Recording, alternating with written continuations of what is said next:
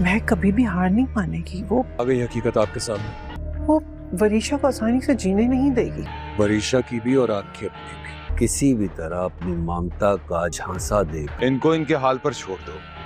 एक दफा उसे यहाँ ले। कुछ लोग ऐसे होते हैं जिनको इज्जत रास नहीं आती, फिर कोई नया तमाशा ना खड़ा करते और ये बेचारी उनमें से एक। तुम अच्छी तरह जानती हो महक लेकिन मुख्तार मैं बहुत खौफजदा हूँ कि मैं अपनी बरसों की इन्वेस्टमेंट ना कुछ होने के बाद क्या महक और महमूद को ऐसे बर्बाद नहीं कर सकता। जो पहले नहीं सुधरे अब क्या सुधरे। सुधर जाएंगे। जीतनाउद्दीन ड्रामा सीलाफत के आने वाले एपिसोड में हम लोग देखने जा रहे हैं कि वरीशा जेल में महक के साथ ऐसा रवैया अख्तियार करती है कि महक को नानी याद आ जाती है, और वो ये भी जानती है कि सबके पीछे वहाज का ही हाथ है।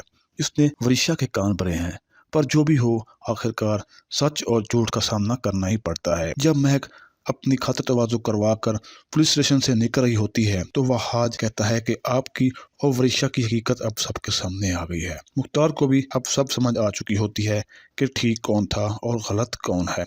वो कहता है कि इनको इनके हाल पर ही छोड़ दो। इधर मेहरुनिसा मुख्तार से कहती है कि मुझे अब भी डर लगता है, क्योंकि इतना सब कुछ हो जाने के बाद महमूद और महक चुप नहीं रहेगी, वो अभी सुधरेगी नहीं। महक कभी भी हार नहीं मानेगी, वो वरीशा को आसानी से जीने नहीं देगी। महमूद महक से कहता है कि तुम किसी तरह वरीशा को यहाँ लेकर आओ। तो इस पर महक परेशान हो जाती है और कहती है कि तुम क्या करोगे उसके साथ। तो महमूद कहता है कि मैं अपने बरसों की इन्वेस्टमेंट इतनी जल्दी बर्बाद नहीं होने दूंगा।